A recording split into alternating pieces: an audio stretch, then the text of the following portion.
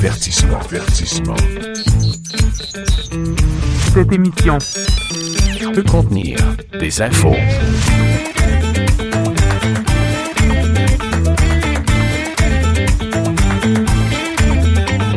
Bonjour et bienvenue dans cette nouvelle édition de Peut contenir des infos. Est-ce que vous sentez cette petite frénésie? Simon, salut. Salut, ça va bien? Oui, je me sens tannante. Oui, ça paraît. Moi aussi, je me sens un petit peu tannant avec le temps des fêtes qui s'en vient. Oui, puis on avait une drôle de conversation à micro fermé. On parlait de tout et rien, puis des expressions comme ça, mais C'est ça, bref. puis d'huile à mental. De lubrification. C'est ça. C'était une petite conversation comme ça. Hey, comment vas-tu, mon cher? Ah, je vais très bien. Je me sens un peu lutin de Noël. Je sais pas, j'aurais le goût de faire des coups. Hey, moi, j'ai la chance. J'aime ça, moi, faire ça. Fait que, tu sais, je suis contente. On a le lutin de Noël à la maison qui s'appelle Kidou. Kidou? Kidou pour Okidou. En tout cas, c'est Raphaël qui l'a nommé. Et j'ai beaucoup de plaisir à faire des coups. Ah ouais? Même que des fois, je trouve que je me donne un peu de job pour le lendemain à ramasser. Mais comme, voir la réaction de mon gars, moi, je suis contente. Puis, j'ai un petit peu mon cœur d'enfant, fait que ça me va. Mais je te regarde aller, pas sûr que t'es... C'est ça qui était un petit peu weird, par exemple. C'est elle qui fait les coups puis qui est obligée de ramasser les coups. Tu sais, c'est comme... C'est limite masochiste un peu ces bords, non? Oui, mais c'est ça l'histoire d'être parent. Ben Tu sais, oui. comme tu veux Ben faire oui. plaisir à tes Ben oui, enfants. c'est ça. Puis tu sais, mon chum, il embarque là-dedans aussi. Là. Des fois, c'est lui qui était grimpé là, sur le petit escabeau. Chérie, là, j'ai besoin que tu te mettes une corde là, mets-moi des Fruit Loops, puis accroche-moi la corde de l'autre bord. Fait que j'apprécie aussi que mon chum est... Couper le plat de riz avec la moitié avec des bines rouges, là, mettons. Là, puis là, t'es obligé après ça tout démêler ça pour, tu sais. Ouais, ben non, là on va... on va pas jusque-là mélanger les grains de riz, là, mais quand même, on s'amuse avec ça. Est-ce que as-tu connu, toi, l'époque des lutins? Peut-être pas, hein? Non, Tes gars sont pas un peu vraiment. plus vieux pour Ouais, ça. Ouais. Je sais pas, c'est assez récent, ça, cette affaire-là, non? Ben, j'ai l'impression peut-être une dizaine d'années, ça se Ouais. peut-tu? Ah, peut-être. J'ai J'ai peut-être fait ça ça. chez nous. Non, bon, ben écoute, t'es chanceux comme ça, t'as peut-être pu t'en sauver, mais je suis sûr que t'aurais été bon. Ah Comme même l'air tannant à tes heures. Ah, ouais. J'ai quand même des idées plein la tête, puis ouais, je pense que j'aurais fait des choses pas très catholiques, on va dire. Ben, pour faire résumons rire. ça. Oui, c'est ça, Ouais, pour faire rire, ouais. exactement. Est-ce que tu vas recevoir, dans le temps des fêtes, des gens à la maison ou c'est plus toi qui se déplaces? Ah, c'est nous autres qui allons nous déplacer un petit peu plus, mais je te dis qu'on n'est pas cérémonieux ben, là. Oh non? Comment Ah, non, ça? non. Mais c'est drôle parce que dans toute la famille, on n'est pas nécessairement, on n'est plus nécessairement à faire des grosses célébrations Oui. dans des fêtes. Alors, je me rappelle qu'à une époque chez nous, là, je veux dire dans le sous-sol, là, c'était comme 45-50 personnes, les oncles, les tantes, les cousins, les cousines. Ça n'arrêtait pas. Puis, à un moment donné, j'ai pris conscience que ça vaut-tu vraiment la peine de faire des affaires grosses de même, puis arriver au mois de janvier en se disant « Wow! » Brûlé. J'ai brûlé raide, là, tu dis, j'ai même pas vu mes 2 semaines du temps des fêtes. Là. Oui, c'est vrai. Puis t'as la langue plus à terre en revenant au mois de janvier qu'en partant au mois de décembre ou à la fin décembre, tu sais, pour... je sais pas, je suis rendu peut-être à un âge aussi où... Oui, ça se peut. Il y a peut-être ce côté-là. Je te posais la question parce que moi, encore une fois, je vais être positive, là, mais l'anniversaire de mon chum tombe le 14 décembre. Ah, OK. Tu sais, comme 10 jours avant Noël. Ben oui. Fait que, puis c'est comme, pour vrai, c'est important, je trouve, à souligner de façon séparée et différente. Tu sais, comme sa fête, c'est sa fête, Noël, c'est Noël. Tu sais, moi, je me mets à sa place, j'aurais aimé ça, tu sais, j'aimerais avoir mon anniversaire. Fait que j'ai réalisé tantôt en préparant l'émission que je vais recevoir 17 personnes à la maison fin de semaine. OK, wow. 17 personnes. J'ai pas encore assez de chaises. Ouais, ben c'est ça. Il y a du monde qui va s'asseoir dans les marches. Là, tu sais. Non, puis c'est une grosse... Oui, ben on a une grosse famille, c'est ce que je me rends compte, parce que, ben déjà, à la base, mon chum a 3 frères, ce sont 4 garçons. Fait que là, ça fait 5 couples avec les parents. Chaque couple, sauf nous, a 2 enfants. Fait que là, il y a 7 enfants, 10 adultes. Fait que, oui. Ça commence à faire des tablés, ça. Oui, je pensais à ça, puis je suis comme, je vais avoir besoin, je pense, d'une autre table pliante. Va falloir, j'appelle ma belle-mère. Fait que j'étais un peu dans cette préparation-là, puis je me disais, tu sais, c'est le fun, justement, mais je suis un peu contente de faire mon souper le 14 décembre parce que je vais avoir le temps de m'en remettre. Ah, OK. Ouais, C'était un peu ma réflexion Quand même. parce que nous non plus, dans le temps des fêtes, là, cette année, on ne reçoit pas à la maison. On va se déplacer. Puis c'est comme séparé, là, fait que c'est pas trop pire. Il n'y aura pas trop de voyagement intense. Là. OK. Mais c'est... Puis moi, ce que je trouve le plus demandant, en fait, c'est le fun, tu sais, de faire à manger, de recevoir tout le monde, mais c'est de ramasser après. Ben, Je me rappelle à l'époque, là, il y avait du monde là, dans le sous-sol chez nous. Là, c'était effrayant. Puis ça fumait en plus de ça. Puis là, il y avait des bouteilles de bière, des corps morts un petit peu partout. Tu sais, les parties des années 80-90. Ah, puis ça sentait la cigarette. C'était là. dans la démesure carrément. Là, et dans la au mois de boucane. janvier, tu avais la langue qui traînait quasiment à terre. Là, tellement que c'est comme... Mais c'est ça. Je suis comme plus rendu là. Oui, non, c'est ça. Puis je pense que les familles se sont un peu assagies. Ben, il y a ça. On se voit tous ensemble, on s'amuse, mais on est un peu moins dans la démesure. Et parlant de démesure, j'avais envie de te parler aujourd'hui. On va parler de diverses choses. Puis on a eu le rapport là, sur le prix des aliments pour 2026. Bon, je t'apprends rien que ça va coûter plus cher encore faire l'épicerie. Donc, je vais vous parler de ça un peu plus tard. Je vais aussi vous parler des prévisions de la météo, parce que Météo Média nous a sorti comme une espèce de prévision pour l'hiver canadien 2026. Attachez vos trucs et vos bottes. Et dans quelques minutes, je vais vous parler. En fait, je donner quelques trucs pour éviter des faux pas au party de bureau, parce que là, on est dans la saison de ça.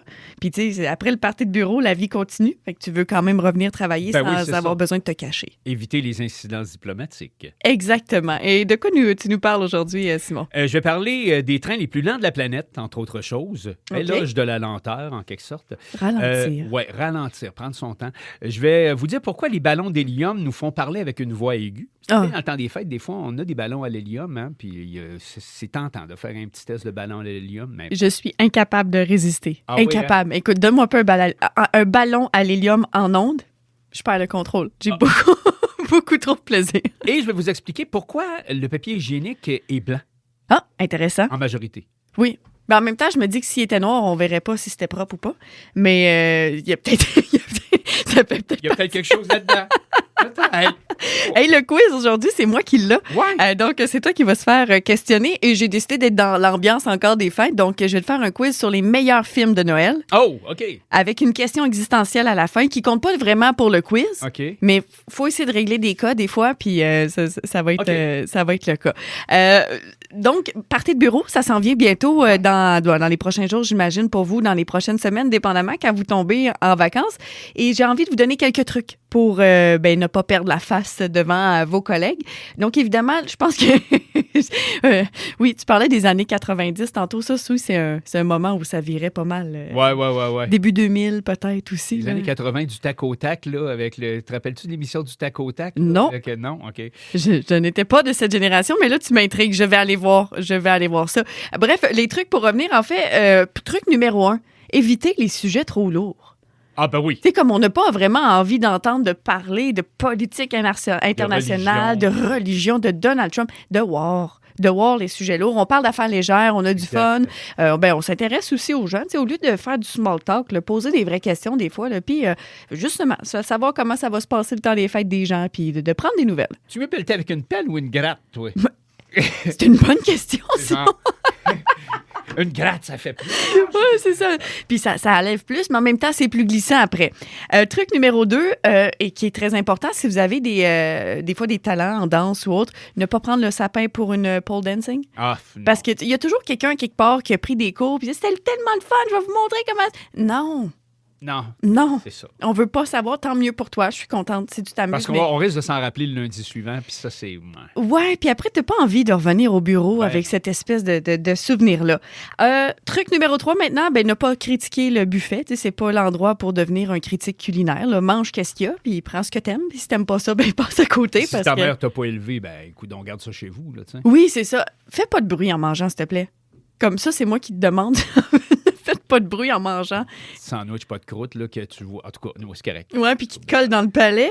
Le truc numéro 4, les échanges de cadeaux. Évitez les affaires, tu sais, des fois qui sont peut-être un peu trop poussées, un peu trop nichées comme cadeau. Tu sais, des fois, on veut y aller dans l'écologie, dans le local, puis là, finalement, la personne reçoit ça, puis elle sait pas trop quoi faire avec. Ça crée des malaises. Soyons corporate. Hein? Neutre, quelque chose qui a de l'allure. Des fois, il y en a qui ont des idées d'échange de cadeaux, tu te dis après... Pourquoi? Ouais. Tu sais, genre des échanges de sous-vêtements, mettons, tu sais. Tu as vu ça des affaires? Arrive avec des sous-vêtements bizarres, tu sais, c'est comme...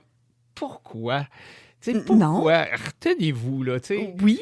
OK, à la limite, au pire, le chandail lettre, non, mais il y en a qui trouvent que c'est drôle. Tu dis, Non, c'est pas drôle. Tu sais, Voyons donc. Ah oui, des fois, il y a des parties de bureau. C'est parce que c'est pas vos amis, tu sais, c'est vos collègues. Ben, c'est c'est ça qui ça. arrive. Il y a comme C'est une ça. ligne à C'est pas ça. franchir. Je pense qu'il y a des gens qui ont de la misère à faire la démarcation entre c'est un gars, oui, que je côtoie 8 heures par jour, 5 jours semaine, mais de l'autre côté, je dors pas avec nécessairement. Là, Non, puis tu sais, c'est pas lui que j'appelle la fin de semaine pour aller faire une randonnée. Exact.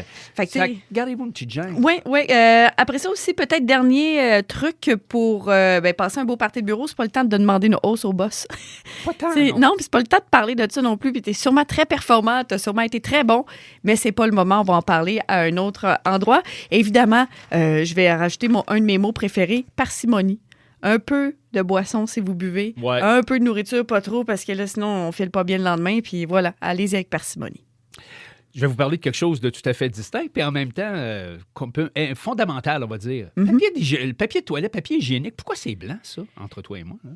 Ben, un peu comme je t'ai dit tantôt, c'est parce pour savoir si t'as bien fait ta job, tu sais, Ça aide un peu, hein? à nettoyer. Avez-vous remarqué que la grande majorité des manufacturiers créent des rouleaux de papier hygiénique blancs? Oui. Il y en a en couleur, il y en a encore en couleur, mais... Il y a déjà eu rose, hein? Oui, mais c'est plus très, très, très répandu. Ben, la première raison, c'est que les fibres à la base du papier hygiénique proviennent de la cellulose. OK. Et ça, c'est un extrait du bois ou encore du papier recyclé. Et ces fibres sont naturellement pâles. Oui. Donc, en partant, on part avec une bonne base. Là. Tu sais, Oui, c'est ça. Le papier hygiénique est déjà en partant. Et comme la lignine, c'est un polymère qui confère rigidité et résistance aux arbres, lui donne une teinte un petit peu quand même brunâtre, ben, ce qu'on fait, c'est qu'on utilise le blanchiment au peroxyde d'hydrogène ou encore au chlore Oui. pour éliminer justement cette lignine, ce qui rend le papier à la fois plus souple et plus blanc. Oh, plus souple, donc plus confortable. Donc, ben, exactement. OK, Donc, c'est moins le raide. c'est le traitement qui fait que... Ben, t'as bien raison. Mais C'est c'est exactement si on ça. part du Parce bois qu'au- puis dit... Parce qu'autrement, quand il n'y a pratiquement pas de traitement qu'on fait avec la pâte de bois, là, Oui. le papier hygiénique, il reste un peu gris-beige, là, si on veut. Il y a certains endroits publics où il y a ça, puis c'est pas le fun. Il faut que tu en prennes super beaucoup pour non, pas... c'est ouais. pas le fun. Non, Ouais, c'est non. pas doux, ça passe. Dans les années 50 à 70, le papier de toilette coloré était quand même très à la mode. Oui. Oui, tu dis du papier rose, ben il y en a eu, mais ça a pratiquement disparu pour plusieurs raisons. Il y en reste avait-tu du encore. parfumé aussi, mais Oui, il y avait semble? du parfumé. Hey, allô, les T'as infections. tout à fait raison. Ben oui, ben c'est ça. Les coûts de production étaient plus élevés en raison des colorants, justement. Les colorants pouvaient aussi poser des problèmes pour les fosses septiques ou encore pour les peaux sensibles. Mhm. Voilà. Et puis, on s'est aperçu que les gens ont une préférence pour le blanc qu'on associe à la propreté, la neutralité et la douceur. Donc, on ne s'est pas trop obstiné en industrie. Puis on a dit, ouais, vous aimez ça blanc? C'est correct, on va faire ça blanc. Le papier recyclé qui est utilisé pour le papier de toilette provient souvent du papier de bureau. Oui. Hein? Donc, déjà, en partant, si le papier est blanc, ben la pâte que ça donne, c'est un petit peu blanc. Tu sais. Ben, c'est le fun de savoir que finalement, le rapport qui nous a pas vraiment tenté puis qui nous a un peu fait à produire, ben, on finit par s'essuyer avec. C'est exactement. Mais là, c'est parce qu'on le voit plus, tu sais. Il s'en va vraiment, là, tu sais, il passe aux oubliettes. Et puis, ben, c'est devenu presque la norme non officielle à part de ça, le papier blanc. Hein. C'est perçu comme les consommateurs comme plus propre, même si c'est juste une impression. Oui, Parce oui, qu'il y a quand même beaucoup de traitements chimiques là-dedans, là, tu sais, du chlore, puis on l'a Oui. dit tantôt, peroxyde d'hydrogène. Donc, si vous avez perdu de vue là, les papiers hygiéniques rose, bleu, vert, qui restent encore, mais Turquoise, ouais. il y en a vraiment, vraiment plus beaucoup. Je vous dis qu'à peu près 90 à 95 du papier hygiénique est blanc maintenant. Oh, quand même! À peine 3 à 5 c'est-à-dire seulement qui est de la couleur. Et puis, il en reste encore un petit peu du parfumé, mais c'est pas mal moins qu'avant. C'est moins de 2 qui renferme encore du parfum. Hey, ça, c'est particulier quand même. Mais puis tu sais, un peu comme j'ai dans des cuisines ou dans certaines institutions où on fait de la nourriture, les gens sont habillés en blanc pour s'assurer qu'ils sont propres Ouais. pour la propreté. La propreté. Voyons, j'ai eu propreté. ouais, propreté. La propreté. J'ai eu un accent qui Ben, c'est ça. est intégré J'ai comme ça. vanouille. Ouais, ça doit être oui, ça doit être ça. Écoute, je suis en train de prendre l'accent franco-ontarien. Mais Ben, j'ai aussi... Vanier Québec. Moi, je viens de Vanier. OK. Vanier du Berger Québec. Vanouille. Je pensais Ville Vanier dans ta voix. Non, non, non, non. Mais ça me fait penser, il y a des papiers de toilette, tout ça pour dire qu'ils ont des images dessus qui sont imprimées. Et le dernier que j'ai vu, c'était des images de M. Trump. Ouais, toilette. c'est comme le genre d'affaire dont on se passe. Ben c'est ça. Tu vois, ça, c'est un mauvais cadeau d'échange au bureau. Hein? Un Oui. papier de toilette avec le visage de Donald Trump. Oui. Hey, merci, Simon, pour ces informations-là. Au retour, on va mettre un peu la table pour les prévisions météorologiques pour l'hiver qui s'en vient. Et toi, tu vas nous parler de... Des ballons à l'hélium. Intéressant, j'ai bien hâte, merci.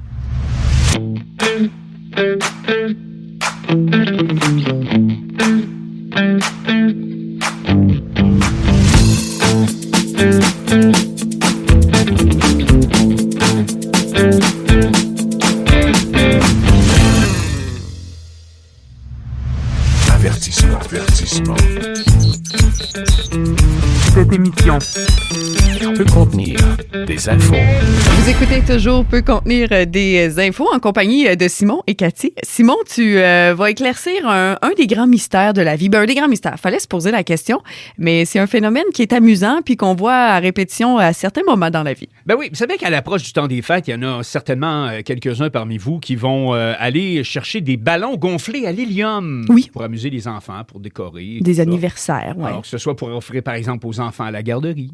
On va faire ça des fois, ou encore, comme je l'ai dit, là, comme une décoration. Là, on met ça quelque part. Et il y en a plusieurs d'entre vous qui ont déjà essayé d'aspirer de l'hélium pour modifier leur voix.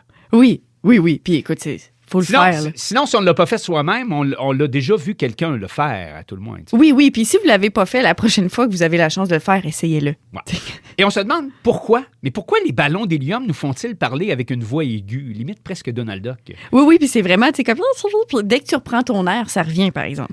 Oui, c'est une illusion acoustique. Savais-tu ça? Hein? Ouais. Parce que l'hélium ne rend pas notre voix plus aiguë, proprement parler. OK. Ce que ça modifie, tout simplement, c'est le timbre en accélérant la propagation du sang. Pas du sang, mais du son. Le son, S-O-N. Oui, le son. Alors, la propagation du son dans notre bouche à cause de l'hélium. Nos cordes vocales vibrent toujours à la même fréquence. OK. Qu'on aspire de l'air ou de l'hélium. Donc, si on chante, voyons, j'ai de la misère, si on chante la note La, tu sais, comme un La, à, par exemple, une fréquence de 440 Hz, ben, on va toujours chanter le La à la même fréquence, 440 Hz, qu'on ait pris de l'hélium ou pas. OK. Alors, mais techniquement, notre voix n'est pas plus aiguë. Ce n'est pas la hauteur du son qui change. Qu'est-ce qui change alors, d'après toi? Ben moi, c'est drôle, hein, mais j'étais dans l'impression que c'était comme l'hélium qui serrait ou créait une espèce de compression sur les cordes vocales qui faisait que c'était plus aigu ou il y avait quelque chose dans l'air. Moi, c'était l'impression que j'avais. C'est la vitesse du son et le timbre. L'hélium est 7 fois moins dense que l'air. OK. Et le son se propage 3 fois plus rapidement dans l'hélium que dans l'air. L'air est dense. C'est comme un turbo à son. C'est à peu près ça. OK. C'est à peu près ça. C'est environ 970 mètres secondes contre 340 mètres secondes pour la propagation du son dans l'hélium. Donc, cette vitesse modifie les résonances dans la bouche, le nez et la gorge, forcément, et c'est ce qu'on appelle les formants qui façonnent le timbre de notre voix. Parce que notre voix, elle est formée par notre nez, par la forme de notre bouche, par la position de notre langue et tout ça. Et l'hélium, ce que ça fait, c'est que ça, par l'accélération de la vitesse, le déplacement de la vitesse de l'air dans notre bouche, c'est que le son se propage beaucoup plus rapidement et ces formants, donc le nez, la gorge, tout ça, où se véhicule le son, ça monte en fréquence dans l'hélium et c'est ça qui donne l'impression que notre voix est plus aiguë, plus nasillarde comme Donald Duck. Mais tu vois, là, ça fait du sens parce que nous, on travaille le son avec la radio, puis quand tu veux rendre un son plus aigu, tu l'accélères. Oui, c'est ça. Exactement. Je sais pas pourquoi j'ai pas fait le lien avant. Alors, l'hélium, juste en passant, c'est pas un jouet. Non, puis c'est-tu comme sur le bord de... Oui, c'est non toxique. C'est rare? Non, oui, c'est rare. Ah oui, de plus en plus rare. Oui, c'est ça. Hein? On en cherche de plus en plus. Il y a certaines réserves d'hélium à l'échelle terrestre où on peut aller piger de l'hélium, là, si on veut, ou puiser de l'hélium, mais il y en a de moins en moins. Et c'est un gaz qui est non toxique à proprement parler, mais il peut provoquer l'asphyxie s'il remplace trop d'oxygène. Oui, certainement. Dans nos poumons, comme si j'étais en train d'avaler. Oui, c'est ça, comment tu es en train de dire. Donc, merci pour l'exemple, Simon. Oui, c'est ça, tu sais, prêcher par l'exemple, c'est ça. Alors, il faut donc éviter d'en inhaler à répétition ou en grande quantité, surtout à partir de ballons de fête qui, plus souvent qu'autrement, vont contenir d'autres gaz pour couper sur les coups. Ah oui, je comprends. C'est pour ça qu'après ça, le ballon, il reste pas trop longtemps dans les airs parce qu'il c'est comme un mélange d'air et d'hélium. Exactement. Alors, vous pouvez l'essayer, mais faites bien attention puis répétez pas ça trop souvent. Là. Puis c'est pas moi qui vous ai encouragé à le faire, si vous le faites. Okay? Non, c'est sûr. Moi, je vous ai encouragé à le faire une fois. C'est tout juste pour l'essayer, le phénomène, mais c'est tout. Et saviez-vous, en terminant, qu'on peut connaître un phénomène tout à fait inverse en inhalant du gaz sulfuré, qu'on appelle l'hexafluorure de soufre. Mais ça doit goûter le pet? Qui est beaucoup plus dense, je sais pas. Parce que le soufre, l'odeur de soufre, c'est ça qui sent le pet? Ouais, peut-être. Alors, il est beaucoup plus dense que l'air, tu sais. Hey, on est tous dans les thèmes aujourd'hui. Tu t'as tombé de haut d'aller. C'est à cause que j'ai pris de l'hexafluorure de soufre, voyons. Alors, lui, il est beaucoup plus dense que l'air. Et comme il ralentit la propagation du son, à la différence de l'hélium qui l'accélère, alors la voix devient très grave et on obtient, en ingérant de l'hexafluorure de soufre, là, on va obtenir une voix qui est un peu semblable à celle de Darth Vader. OK, plus grave un peu. Oui, c'est là. ça. Mais là, encore là, faites preuve de prudence parce que c'est un gaz qui est encore plus dangereux à inhaler que l'hélium. Mais juste pour vous dire que non, l'hélium ne vous fait pas chanter plus aigu, mais elle fait que propager le son de votre voix de façon plus rapide, si on veut. Donc, c'est un accélérateur de son. Vous êtes dans le pitch. Oui, exactement. Hey, c'est intéressant. Merci, Simon, pour ces informations-là. Puis là, j'ai vraiment comme le questionnement à savoir si ton gaz au soufre, ça goûte le perte. Faudrait que je demande. Mon chum est chimiste. Je vais lui demander. Vous pouvez demander. Je vais lui demander, tu m'enverras ça, puis on en reviendra avec la réponse. Moi, écoute, je vais y aller dans un sujet un petit peu plus léger. Je vais mettre le décor pour le côté du léger. L'hélium, c'est assez léger, ça vole. Oui. Mais donc, mettre le décor de comment ça se passe ou quelles sont les prévisions pour l'hiver qui s'en vient. C'est Météo Média qui fait un peu un bilan là, comme ça à chaque année. Et on nous prévoit, Simon, un hiver d'antan. Ah oui, hein, avec de la neige. Oui, avec de la neige puis des rigodons. Non, c'est pas... De la musique à bouche, puis des accordéons partout qui Oui, c'est ça. Puis puis ça swing, puis du toboggan, mais vraiment un hiver d'antan. Donc, qu'est-ce que ça veut dire? Ça va être un hiver qui va avoir beaucoup de neige début de l'hiver et à la deuxième partie de l'hiver plutôt et dans la première partie de l'hiver comme on est en train de la connaître. Et d'ailleurs, c'est pas tout à fait l'hiver encore. On n'est pas officiellement l'hiver. Il y en a eu quand même un peu, là. Fait fret. On prévoit beaucoup de froid là, dans cette première partie de l'hiver-là. Fait qu'on va faire un petit portrait canadien pour, d'abord, qu'est-ce qui va expliquer le fait qu'on ait un hiver d'antan? C'est le retour de la Nina dans le Pacifique, donc ce phénomène qui sera de retour et qui tend à favoriser donc des hivers qui sont un peu plus froids dans les prairies et des précipitations de neige qui sont plus abondantes au Québec et en Ontario. Tu vas survivre, Simon? C'est ça que ça fait l'hiver. Oui, c'est ça. C'est le froid. Oui, faut s'habiller chaudement. C'est peut-être l'hélium aussi qui est resté poli.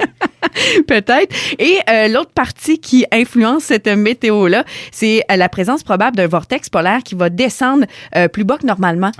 Donc, ça va influencer évidemment donc les températures qui sont plus froides et qu'on a connues dans les derniers jours et qu'on prévoit aussi encore pour le mois de décembre. Donc, qu'est-ce que ça veut dire pour les différentes régions? Pour le Québec et l'Ontario, ce que ça veut dire, c'est le grand retour à un hiver traditionnel. Donc, de la neige régulière, un couvert qui est durable. Fait que ça, c'est la bonne nouvelle pour ceux et celles qui aiment les sports d'hiver, le ski, la motoneige. Donc, on a aussi des bonnes chances d'avoir un Noël blanc. Là, ça s'en vient, on n'est pas loin. Normalement, Québec, Ontario, on devrait avoir la chance d'avoir un Noël blanc, mais ça ne devrait pas être uniforme. Comme je te disais tout à l'heure, la première moitié, donc décembre, janvier, peut-être début février, ça va vraiment être plus froid, avec des risques de neige, de grésil, de verglas et de pluie. Et dans la deuxième moitié, donc à partir de février jusqu'au mois de mars, dans ces coins-là, ça va devenir un peu plus variable. Donc, on va avoir des moments où ça va se réchauffer, peut-être un peu de pluie, de la pluie verglaçante. Ça va vraiment être plaisant pour conduire, mais c'est ça, ça fait partie de l'hiver d'antan. Pour les autres régions, dans les provinces de l'Ouest, qu'on prévoit, donc dans les grandes prairies, les prairies, un hiver très froid, avec des périodes de froid intenses et des chutes de neige régulières. Donc, si vous n'aviez pas de pelle encore ou si la vôtre était sur le bord de lâcher, ça va être le temps de s'équiper. Et à l'inverse, dans l'Est, par contre, ça va être dans les provinces et maritimes, là, on va connaître, ou en tout cas, on pense connaître un hiver plus doux que la moyenne, avec des températures près des normales et moins de risques de froid extrême. Donc, peut-être le côté de l'eau, ce sera plus tempéré du côté des maritimes. Et pour la Colombie-Britannique, à l'est de la province, on pourrait avoir un peu plus de froid qu'à la normale, et tandis que si on est plus sur le bord de la côte, on va être proche des normales saisonnières. Donc, c'est pas trop décourageant encore. Puis en même temps, ça fait partie de l'hiver canadien. Ça fait partie de notre climat. Et qu'est-ce que ça veut dire? Donc, en fait, il faut faire certaines précautions pour l'hiver. On le sait, pour les amateurs de ski, bonne nouvelle. Vous allez rentrer dans votre argent avec vos passes de ski. C'est ça, exactement. Parce qu'il y a des hivers, des fois, t'es comme, finalement, ça m'a coûté plus cher avant. Mais c'est toujours un guess. Bon, c'est les sports d'hiver, de toute façon, ou même les sports d'été à la rigueur. Oui. Tu achètes une planche à kayak, puis il pleut tout l'été. C'est des affaires qui arrivent. Qu'est-ce que tu veux? Oui, c'est ça. Donc, cette année, vous devriez rentrer dans votre argent pour les amateurs de sports d'hiver. Pour ceux et celles qui sont plus en ville, un peu comme nous à Ottawa, ça va peut-être être un petit peu plus difficile dans les déplacements parce qu'évidemment, ça prend plus de déneigement, il va y avoir plus d'opérations. Le transport en commun aussi, des fois, il est un peu paralysé. Ça peut peut-être aider. Et pour les municipalités, évidemment, c'est plus de gestion. Donc, ça va ressembler à ça, mais en même temps, on est quand même habitué. C'est pas le premier hiver canadien qu'on va passer.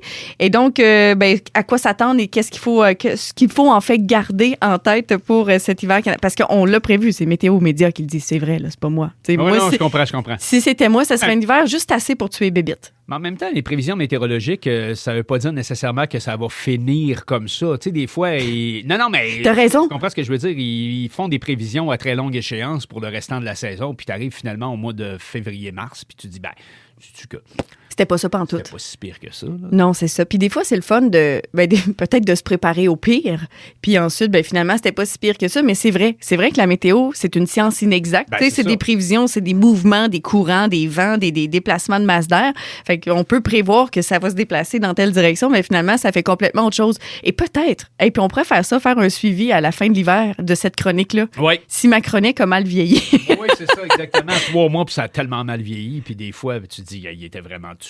Ça peut arriver. Oui, exactement. Donc, on regardera ça. Mais effectivement, la météo, des fois, c'est ce courant-là qui est comme on dit, un courant. C'est variable. Donc, je vous invite à vous préparer pour cet hiver. Puis le truc là, pour jouer dehors, souvent, c'est de juste être bien habillé. Ah, ça, c'est clair. J'aime pas l'hiver, mais je dois admettre qu'une fois que tu es bien habillé, que tu es bien chaussé, que tu n'as pas froid aux pieds, tu n'as pas les pieds mouillés, mettons que ça s'endure mieux. Je te dis pas que j'aime davantage l'hiver, mais mettons que je l'endure davantage. Oui, puis c'est ça, c'est le secret, d'être bien habillé. Puis comme tu dis, avoir froid aux pieds, il n'y a rien de plus gossant parce que après ça, tu as froid partout. Ou le cou aussi. Il y a des experts en plein air là, qui nous disent si vous avez froid, c'est important de rester de garder le cou couvert. Tu t'es enfargé dans nos stars. Oui, c'est ça. Coup dans le star. Tu sais.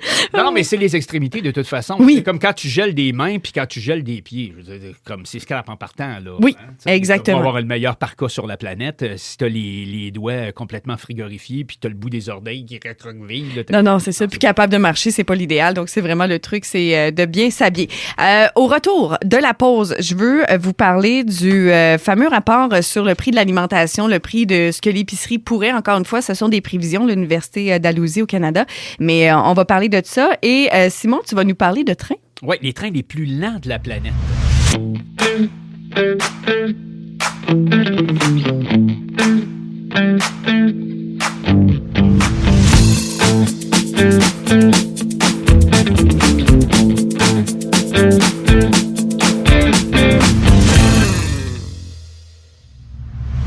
Avertissement. Cette émission peut contenir des infos. Dans quelques minutes, Simon, tu vas nous parler des trains les plus lents au monde. Donc, on va ralentir, on va prendre le temps de prendre le temps. Donc, je vais garder les bonnes nouvelles pour la fin. Moi, je voulais te parler... Inquiète-vous pas, mon sujet va être intéressant, mais quand même. Je voulais vous parler du rapport 2026 du prix alimentaire du Canada. Donc, 16e édition qui est sortie il y a quelques jours.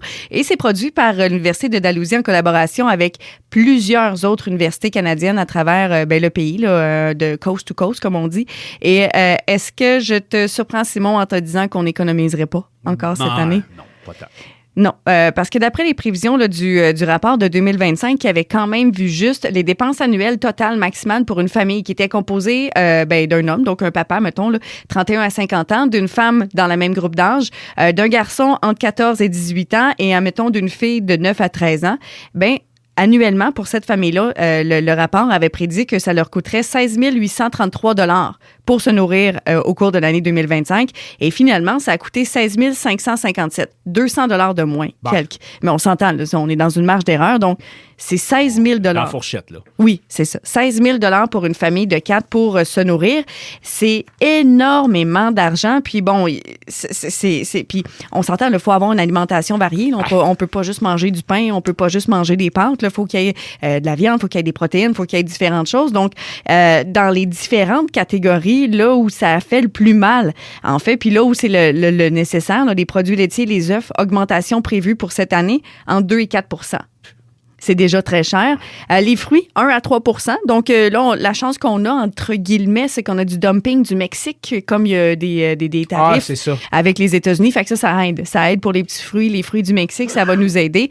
La viande, c'est là où le bas blesse. Là, vraiment, on est une augmentation jusqu'à 7 % de prévu pour l'année 2026. Donc, 7 % de plus que le prix actuel. Donc, ce qui est déjà très cher. Là. Donc, ce qu'on prévoit pour la même famille que je t'ai parlé il y a quelques minutes, un papa, une maman et 2 enfants, ça va coûter en moyenne 17 571 $. Donc, une hausse de 1 000 $. Ah, puis les salaires ne suivent pas en même temps. Là. Non, puis c'est 1 000 $ de plus par année. Puis tu dis les salaires, puis là, c'est 17 000, presque 18 000 $ en alimentation seulement. Là, on n'a pas de logis, on n'a pas d'hypothèque, on n'a pas de loyer.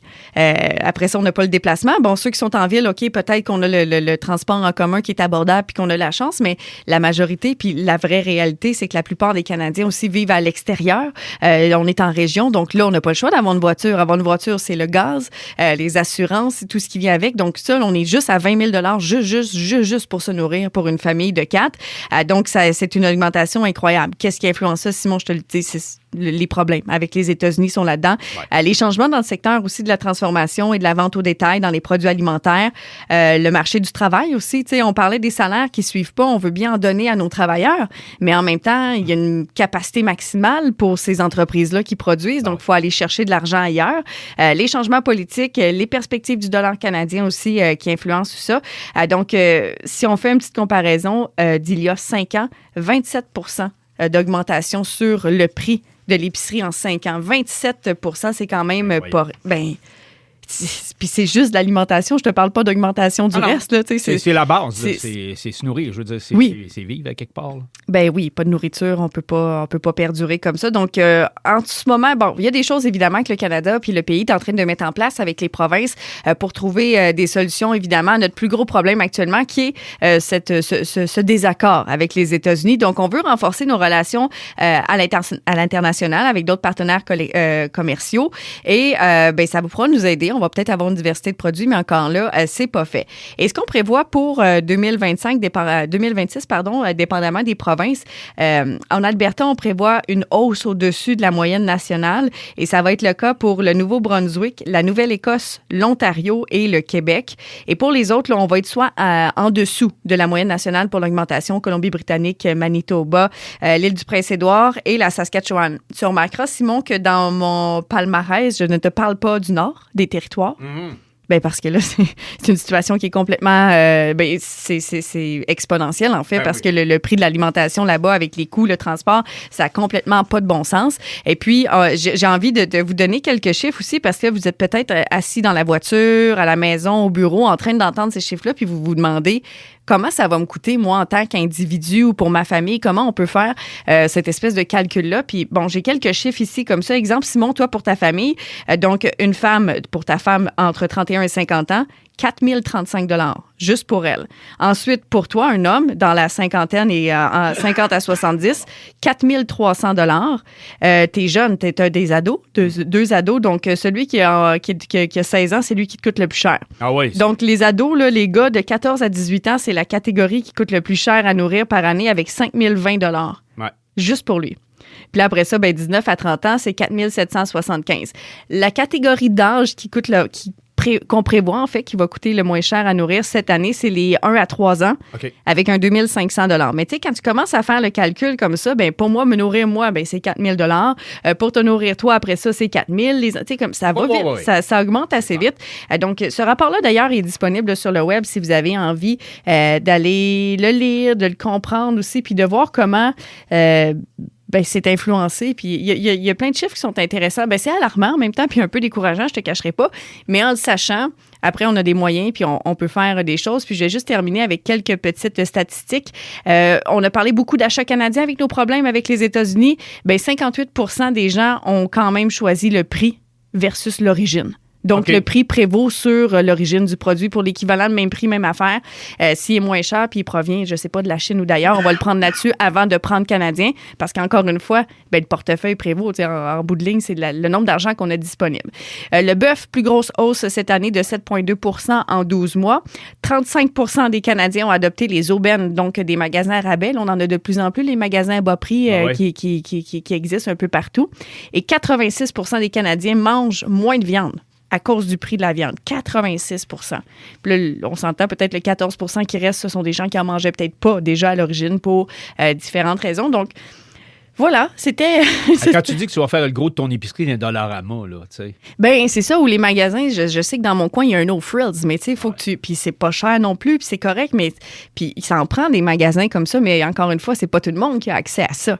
Tu sais, je pense aux gens du Nord, je pense pas qu'ils peuvent avoir accès à ça, mais quand t'es rendu à aller acheter tes nouilles, comme tu dis, au Dollarama... Ça n'a pas de bon sens. Puis je pense qu'en tant que société, il faut repenser puis revoir ça parce que, voilà, c'est préoccupant. Simon, maintenant, tu vas nous amener dans un beau voyage pour prendre le temps. Moi, je tripe sur les trains.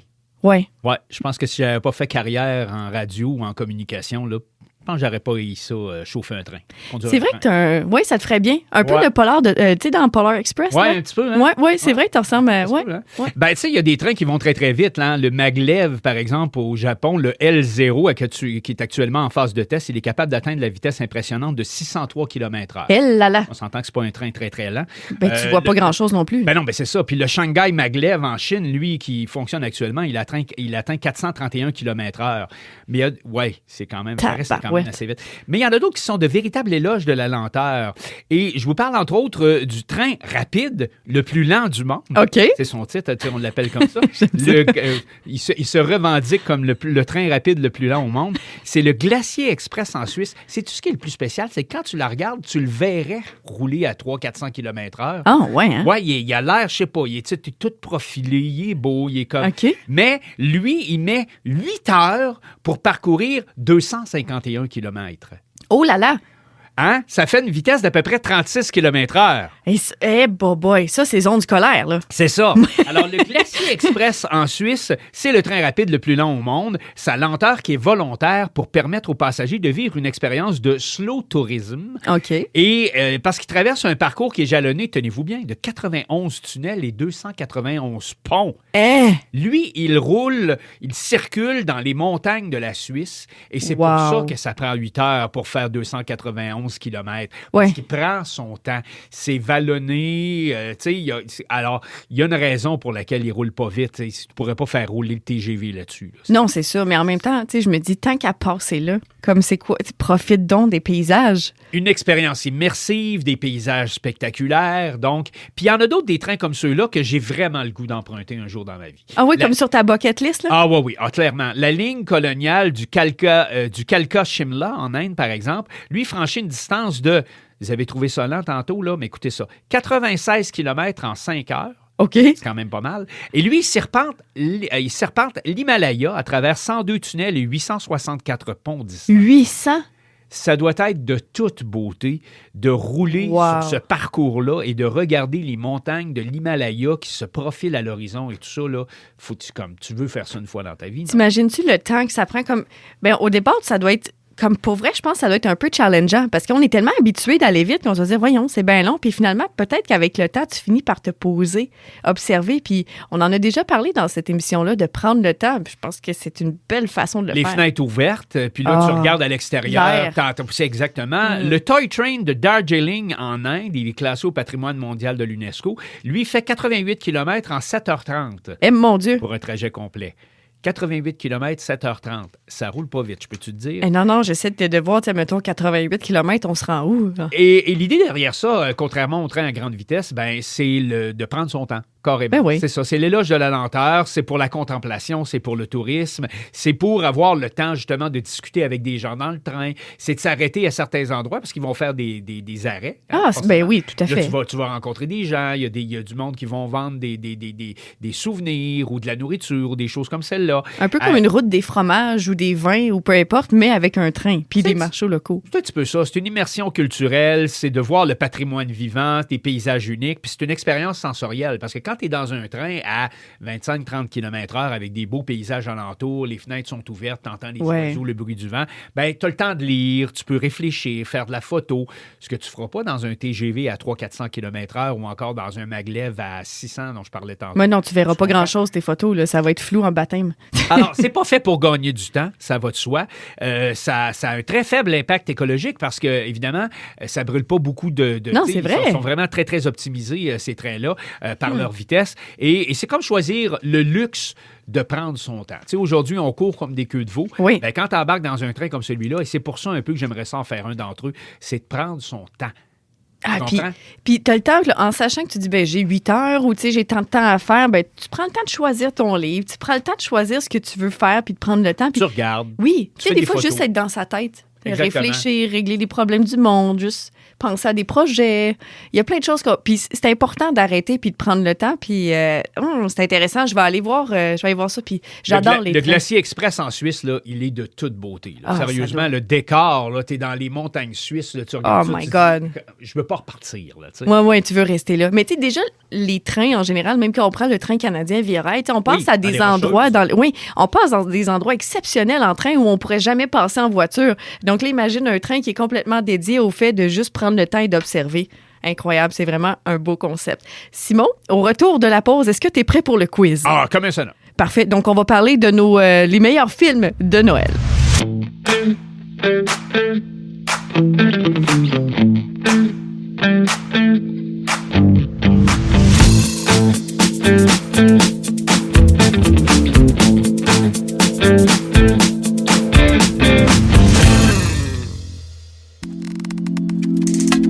Pour rester en contact avec Peut contenir des infos, abonnez-vous à notre page Facebook. Si vous avez des idées, des suggestions ou des questions à nous soumettre, écrivez-nous par courriel pcdi@radio-rfa.com. Quiz. Ça dépasse tout ce que j'ai pu imaginer. Le quiz. Le quiz. Et c'est l'heure de notre quiz. Et quiz de Noël pour les meilleurs films de Noël, les incontournables. Parce qu'on a des grands classiques quand même de films de Noël. Ah oui, absolument. Donc, j'ai 10 questions. OK. Une question bonus.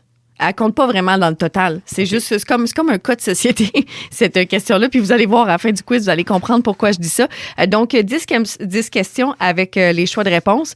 Puis après, j'ai une petite explication. Est-ce que tu es prêt? Oui, je suis prêt. Good. Donc, dans le grand film et le film culte dans Maman, j'ai raté l'avion, donc Home Alone en 1990, pourquoi la famille McAllister part-elle sans Kevin? Est-ce que c'est parce qu'il se cache dans le grenier? B, ils le punissent et l'oublient volontairement. C, ils comptent mal les enfants dans la précipitation parce qu'ils se sont réveillés en retard dans la vanne. Ou D, Kevin rate intentionnellement la voiture. Hey my God, c'est une bonne question. Ça fait longtemps. Je dirais qu'ils n'ont probablement pas fait le compte comme il faut des enfants. C'est pas-tu? Oui, c'est la bonne réponse. Ils ne comptent pas comme il faut parce qu'en fait, ce qui arrive dans cette scène-là, c'est qu'il manque d'électricité dans la nuit. Okay. Le cadran les réveille pas au bon moment. Puis là, c'est toute la famille, là, les enfants, les mononcles, grosse famille, se réveillent en retard. Ils ont une grosse vanne. Le petit voisin vient voir de qu'est-ce qui se passe. Il y en a une qui compte les enfants. Kevin est en haut parce que, fait, tu sais, le chaos complètement. Exactement. Et finalement, ils repartent. Et c'est plus tard que, une fois qu'elle est dans l'avion, que la maman de Kevin se rend compte de son erreur. Dans l'avion. Mais tu sais, un coup que t'es rendu dans l'avion, tu sais, faut-tu avoir... En tout cas. Oui. Kevin! C'est ça. Kevin! Question numéro 2 maintenant. Dans le Grinch de la version 2000 de Jim Carrey, je viens de te donner la réponse. Ah! On va faire semblant que je me suis bouché les oreilles. Ouais, c'est ça, c'est pas grave. Hey, écoute, qu'est-ce que tu veux? Dans le Grinch 2000, qui interprète la version live action du Grinch, donc qui est couvert de ce poil vert? Est-ce que c'est Robin Williams, Jim Carrey, John Goodman ou encore Jack Black? Eh, mon Dieu! Quelle question, quand même! Attends, là, je vais prendre... Je vais dire Jim Carrey, maintenant. Hey, bonne réponse! Ah ouais? J'ai mal écrit ma question. C'est pas grave, c'est les joies de Noël. Belle joie. Ah oui, donc c'est Jim Carrey, bonne réponse, Simon, qui a dû suivre des séances de coaching avec un expert militaire spécialisé Ah ouais, hein? dans la résilience psychologique parce que son costume qu'il avait, c'était vraiment du poêle, comme OK. collé un à un. Oh. Et c'était vraiment comme éprouvant et désagréable. C'était comme un peu un sentiment de torture. Fait qu'il y a eu un coach de résistance comme pour être capable de tolérer ce fameux costume-là. Donc, il n'a pas dû faker pas mal être Grinch lors du tournage. Ça, c'est la fois où t'as mal emballé un cadeau, ça, là. Oui, c'est ça. Que j'ai laissé le prix dessus, tu sais. Oh, wow. Je pense que je vais garder ça pour nos bloopers. Oh, wow! Question numéro 3. Quel film de Noël met en scène un ange qui montre à un homme ce que serait la vie sans lui? Est-ce que c'est A, L'étrange Noël de Monsieur Jack, B, Miracle sur la 34e rue, C, La vie est belle ou D, Scrooge? Ah, c'est Scrooge, je pense. La réponse c'est C, La vie est belle. C'est un OK. film de Frank Capote et qui est sorti il y a quelques temps déjà, en 1946. OK. Ça a été un véritable échec commercial à sa sortie, ce film-là. Et c'est quelques décennies plus tard, grâce à des diffusions dans différentes chaînes de télé, que le film est finalement devenu un classique. Et aujourd'hui, il est considéré comme l'un des plus grands films américains de tous les temps. Ah ouais. Comme quoi, des fois, on n'est pas prophète dans notre propre pays, on n'est pas bon au début. Ouais. Puis voilà. Donc, parfait. Question numéro 4. On en a parlé tantôt, le Pôle Express, où je disais que tu ressemblerais peut-être à Tom Hanks, comme chef de train. Oui. Quel est le billet pour accéder à ce fameux train magique? Est-ce que c'est une passe dorée, un ticket bleu, un billet argenté ou encore un ticket doré? Je pense que c'est un ticket doré, c'est peux-tu? Oui, bonne réponse. Donc, le Pôle Express est l'un des premiers films d'animation à utiliser d'ailleurs massivement la capture de mouvement. Tom Hanks, il incarne à lui seul 5 personnages dans ce film-là. Donc, vraiment, on avait capturé avec des petits sensors là, dans le visage.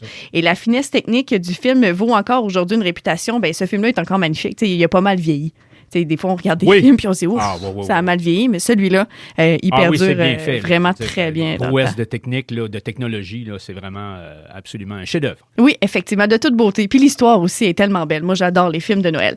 Film de Noël d'amour, Simon. Dans Love Actually, quel personnage surprend le public avec des pancartes déclarant « To me, you are perfect ». C'est un classique de Noël. Simon, je vois que t'es pas un romantique de Noël. Ben, j'avais l'impression que tu étais en train de me parler d'un film Hallmark, le genre. Là. Un peu. Ça ressemble. Oui, OK. oui, c'est un film Hallmark, mais cette fois-ci, c'était quand même des acteurs et des actrices qui étaient connus et populaires. Donc, tu vas y aller. Donc, qui est cette personne? Est-ce que c'est Jamie, Mark, Harry ou Peter?